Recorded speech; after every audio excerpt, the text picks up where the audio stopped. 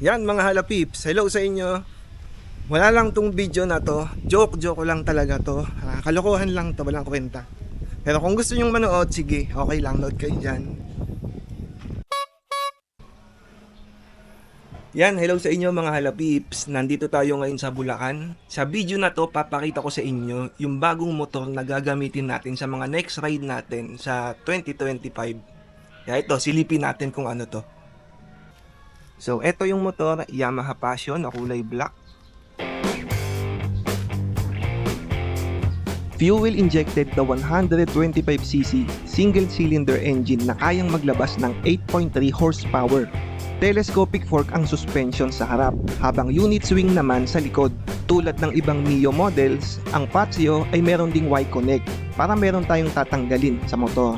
Meron itong maximum horsepower na 6.2 na... Basta, hindi ko na naiintindihan tong mga sinasabi ko na to. Check nyo na lang sa website kasi makikita nyo naman yun sa mga brochure or sa website ng Yamaha. At sa mga nagtatanong pala kung nasaan na si Pacquiao, ayan siya, tinapon ko na.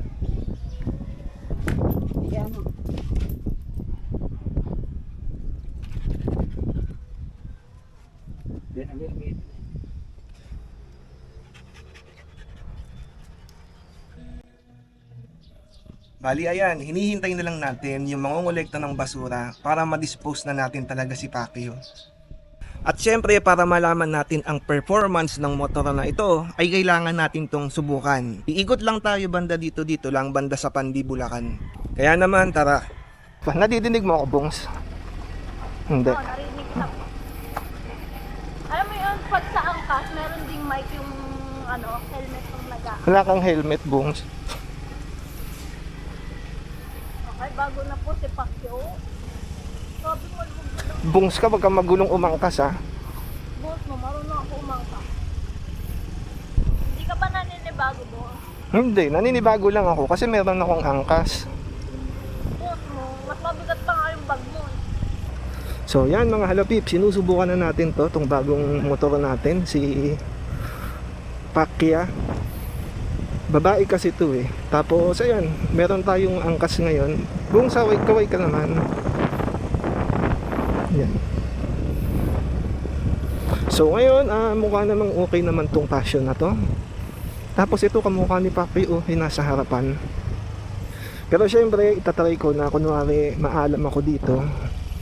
Kaya magbabanggit ako ng mga salitang hindi ko naman naiintindihan. Bagal naman itong nasa harap na to. Ay, bilisan nyo daw! Kala mo na mamasyal eh.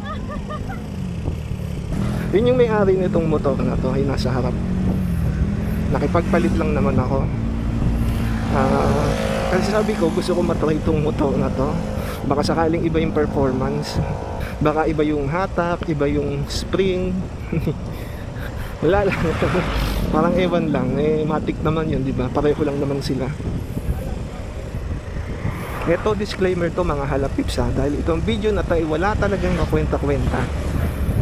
Kung gusto nyo mag next video na lang kayo.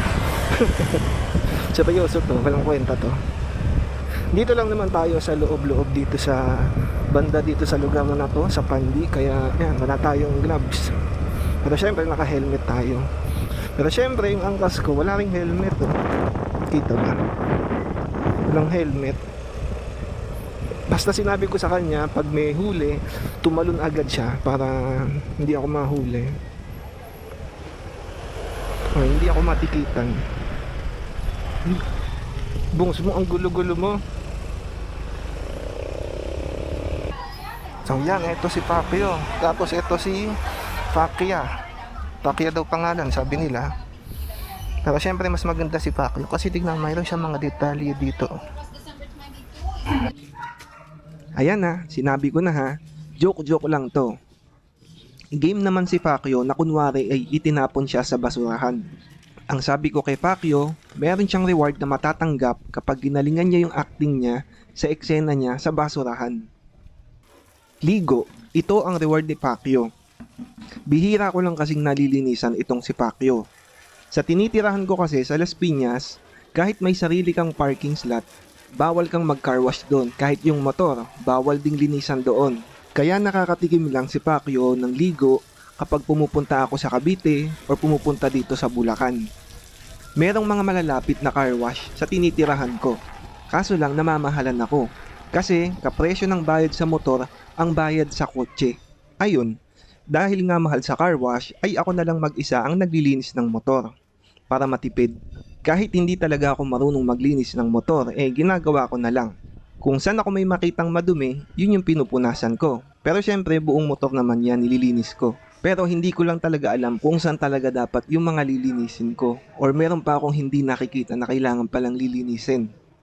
Punas-punas konti ng may sabon, aakalain mo talagang napakamitikuloso ko sa motor.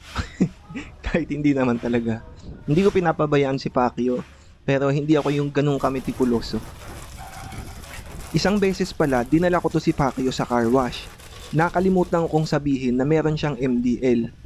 Kaya ayun, pagkatapos ng car wash, hindi na nagana yung MDL. Isang ilaw na lang yung nagana. Hanggang ngayon, hindi ko pa rin napapaayos yon kasi wala pang budget para doon. Puro gala muna. Gala muna bago porma. Yun. Yan, natapos din. Malinis na si Pacquiao. Sa loob ng 9 na buwan, simula nang inumpisahan ko itong Halapaw YouTube channel na ito na nakafocus sa rides gamit ang motorsiklo, ay masasabi ko na madami-dami na ang mga lugar na napuntahan natin. Nag-umpisa tayo ng mga rides sa mga malalapit na lugar sa south ng Metro Manila. Tulad ng Cavite, Batangas, at Laguna. Sumunod naman ang mga lugar banda sa hilaga ng Metro Manila, tulad ng Rizal, Quezon, Bulacan, at Nueva Ecija. Siyempre, dahil nakaka-enjoy ang mag-ride, ay gusto pa nating makita ang iba pang mga lugar dito sa Pilipinas. Kaya naman, sinimulan na natin na bumiyahe sa mga medyo malayo-layong mga lugar. Una na dyan ang Cordillera Region, na talaga namang nakaka-enjoy dahil sa malamig na panahon, mga zigzag na kalsada, at mga nagagandahan, ngunit nakakalulang mga tanawin. Hinding-hindi ka aantukin sa lugar na ito habang nagra-ride ka dahil kapag nagkamali ka sa kalsada ay maaari kang mahulog sa mga bangin at alam mo na kung saan ka pupunta. Sumunod naman ang Bicol Region na pinakamalayong minotor natin na umabot ng 16 na oras papunta ng Matnog, Sorsogon. Madaming mga atraksyon ang pwedeng puntahan dito.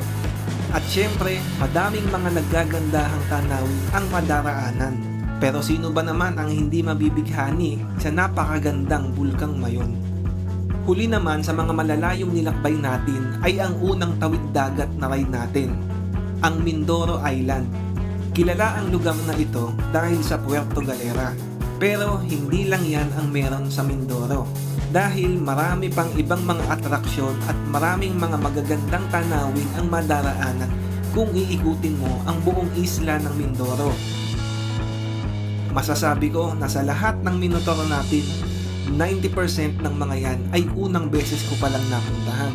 Kahit solo lang ako sa mga biyahe ko ay nagagawa ko pa din na mag-enjoy. Meron akong mga nakakakwentuhan na mga kapwa motorista sa mga stops or mga guest kung saan man ako mag-i-stay. Sa mga long ride, kailangan lang talaga ng lakas ng loob. At syempre, kailangan ng budget. Sa darating na 2025, sana ay makapag-ride pa tayo sa iba pang mga lugar dito sa Pilipinas. Sana ay madami pa tayong mga lugar na mapuntahan at mapasyalan. At sana mas marami pa tayong mga magagandang tanawin na makita. Ngayong patapos na ang 2024 ay gusto kong magpasalamat sa inyong mga sumusuporta sa channel na ito. Sa mga nag-subscribe, sa mga nag-comment, sa mga nag-share, sa mga nag-like at pati na rin sa mga nag-dislike ng videos ng Halapaw Channel, maraming salamat sa inyo. Sa mga nag-sponsor na ayaw magpakilala, maraming salamat sa inyo. Pa-like na lang po ng video na to para kunwari ay nagustuhan nyo at na-enjoy nyo itong video na to. Joke lang. Kung kayo naman ay hindi pa nakasubscribe sa channel na ito at gusto nyo mag-subscribe, ay pwede kayong mag-subscribe sa pamamagitan ng pagpindot ng subscribe button sa ibaba ng video na ito. Isang beses nyo lang po yung pipindutin kasi kapag dalawa, unsubscribe na po yun. Invite ko na rin pala kayo na mag-follow sa FB page ng Halapaw. Ilalagay ko na lang sa description yung link. Bali ayan, maraming salamat ulit mga Halapips. Happy New Year sa inyo.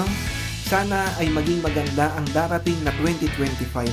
At hanggang sa susunod na ride ulit ha. Bye-bye!